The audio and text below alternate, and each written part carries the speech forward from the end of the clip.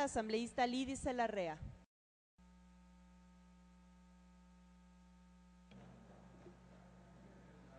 Señora Presidenta, compañeras, compañeros asambleístas, concuerdo con quienes me han antecedido en la palabra diciendo que hay preguntas que necesitan respuestas acerca de esta ley.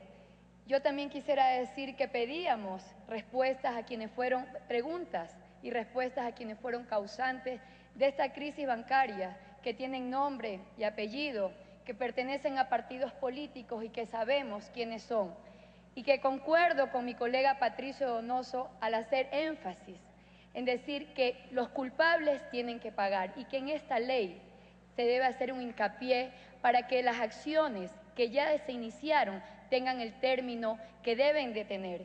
Nadie puede quedar libre, no puede quedar impune este atraco que hubo en el año 99, donde miles y miles de ecuatorianos se vieron afectados, donde miles de personas se vieron vulnerados sus derechos. Luego de un extenso análisis y un debate muy responsable y abierto que hemos tenido dentro de la comisión, donde se ha recibido a funcionarios, donde se ha recibido a deudores, vinculados, no vinculados, a acreedores, a personas que cada una de las personas que iban a poner sus observaciones y sus criterios de acuerdo a lo que se estaba trabajando en la ley. Queríamos también que los asambleístas que de pronto hoy día se incomodan por un articulado, no solo hubieran enviado por escrito, sino que hubieran debatido, al igual que muchos compañeros que estuvieron presentes en el debate. Rescataré la parte positiva de esta ley, porque concuerdo con un criterio que emitió mi compañero Edgar Córdoba en uno de los debates de la comisión, donde decía que esta ley no es justa, porque si fuera justa, fuera diferente, porque quienes pagaron y a quienes se les vulneraron sus derechos deberían tener extinguida su deuda. Vuelvo y lo repito porque es mi forma de pensar y concuerdo con lo que mi compañero decía. Pero esta ley es equitativa, una ley que quiere poner tanto a los deudores como a los acreedores para que cada uno, en la medida de sus responsabilidades, cumplan con el país. Respecto a los bienes, en el artículo 1, se aumenta el plazo para la liquidación de los fideicomisos a 210 días, plazo analizado con los funcionarios del Banco Central del Ecuador.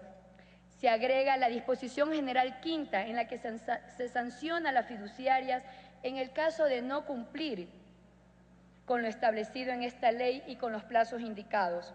Se ha dado un año en total para el traspaso completo de los bienes al MAGAP, Inmobiliaria, al Ministerio de Cultura, con el fin de que estos activos sean beneficiosos y que generen productividad al Estado ecuatoriano. Con respecto a los acreedores, en el artículo número 9, se dejó establecido que la devolución de las acreencias serán en efectivo y no en papeles, no en bonos, solamente en efectivo y de un monto hasta $75.000 por acreedor y por una sola vez, de acuerdo a la prelación establecido en el articulado, el mismo que se pronuncia así. Primero, los depósitos de las instituciones financieras extintas, excepto los vinculados, dando preferencias a aquellos depositantes que pertenezcan a los grupos de atención prioritaria. Segundo, los valores que se adeudan a los trabajadores por remuneraciones, indemnizaciones laborales reconocidas en sentencias ejecutoriadas, utilidades, fondos de reserva y pensiones jubilarias con cargo a las instituciones financieras extintas y las obligaciones para con el Instituto Ecuatoriano de Seguridad derivada de dichas relaciones laborales que se encuentran reconocidas en el Banco Central. Y luego, el resto de los pasivos por fondos captados por las instituciones financieras extintas bajo modalidades no cubiertas por los literales anteriores, con excepción de los depósitos de quienes tengan créditos u otros activos vinculados. El 7%, esto de aquí, cubriría un 93% de la devolución de las acreencias. El 7% restante, que llegan un monto de $15 millones y que no sobrepasan los 60 acreedores, no perderán sus acreencias, pues se convertirán en acreencias no depositarias y se pagarán solamente una vez que concluyan el pago a las entidades del sector público contempladas en el artículo 10, pero no pierden el derecho a lo que ellos tenían. En el artículo 13, y yo sí quiero dar un énfasis y felicitaciones a los compañeros representantes de nuestros hermanos migrantes, que han sido una de las primeras víctimas de la crisis del año 99. A nuestra compañera Jimena Peña, que estuvo ahí, a nuestro compañero Esteban Melo, que es parte de la comisión y que siempre en cada uno de los artículos pusieron énfasis en el tema de nuestros hermanos migrantes. Se señala que el Banco Central del Ecuador será quien remita al Ministerio de Relaciones Exteriores y Movilidad Humana la publicidad necesaria para que se realice la difusión y comunicación que correspondan a la promoción de la presente ley, para que los ecuatorianos residentes en el extranjero accedan a dicha información y cobren sus acreencias. Sin duda alguna, un gran porcentaje de nuestros compatriotas ecuatorianas y ecuatorianos que emigraron son quienes se afectaron de esta crisis bancaria. Y concuerdo con lo que mencionaba la compañera Jimena Peña de pedir una ampliación en el plazo para que todos los migrantes, todos esos hermanos y hermanas ecuatorianos puedan cobrar sus dineros que ellos creían perdidos.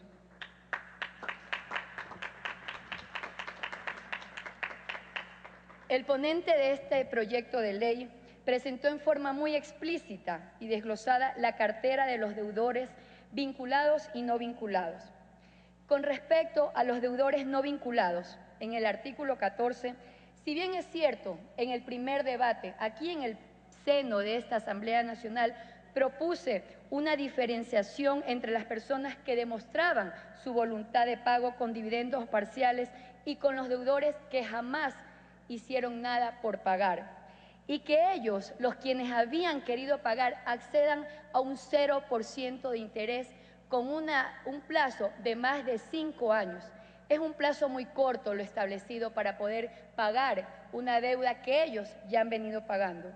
Lamentablemente y técnicamente no es viable lo que proponía, pero se logró por unanimidad dentro de la comisión que la diferenciación solicitada se aplique y que los pagos que realizaron los deudores no vinculados de buena fe, a los que sí les llamamos, sean estos abonos, sin determinar cuándo lo hicieron o cómo lo hicieron, imputados directamente al capital, para que del saldo que ellos les quedara sean puestos los intereses que de ahora en adelante proponíamos en este proyecto de ley con el recálculo, un 5% de interés, pero con una base mucho más baja. Estos abonos que se realizaron van a bajar su deuda en un gran porcentaje. Y en el caso de que ellos continuaran endeudando, porque muchas veces la deuda se extingue ya con este recálculo, esta propuesta los beneficia altamente para estos deudores de buena fe, a quienes los gobiernos de aquel entonces, los banqueros, representantes legales, les deben 20 años de dignidad y de derecho de un buen vivir. A todas y a todos ustedes, a quienes desde junio han sido parte de los debates de nuestra comisión, que son unos guerreros sin descanso y preservando a pesar de tantos años de abandono, luchando por una sola causa. Pero hoy el gobierno de la Revolución Ciudadana escucha esto, hace eco de esta gran problemática que estaba oculto y presenta este proyecto de ley aquí en la Asamblea Nacional. A ustedes una vez más mi compromiso, estoy segura que el mío y el de todos mis compañeros será seguir legislando con responsabilidad para ustedes. Esta ley será histórica y así como se debatió democráticamente, votado por unanimidad dentro de la comisión, así esperamos que el señor ponente de esta ley recoja todas las sugerencias y observaciones que hoy hacemos para tener un proyecto de ley que no solo va a solucionar un problema económico, va a resarcir en parte un derecho y va a poder incluir en la vida económica a hermanos y hermanas ecuatorianos que han vivido en la sombra, donde sus hijos han tenido que vivir escondidos atrás de una puerta, teniéndole miedo cuando golpeaban su puerta. Esto no lo vamos a permitir jamás.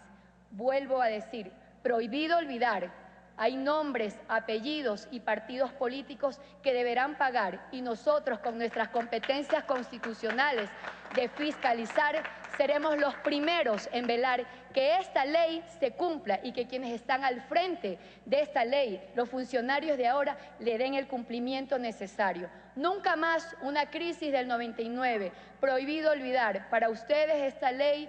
deudores de buena fe, como se los ha denominado, por sus hijos y por todo el país. He concluido, señora presidenta.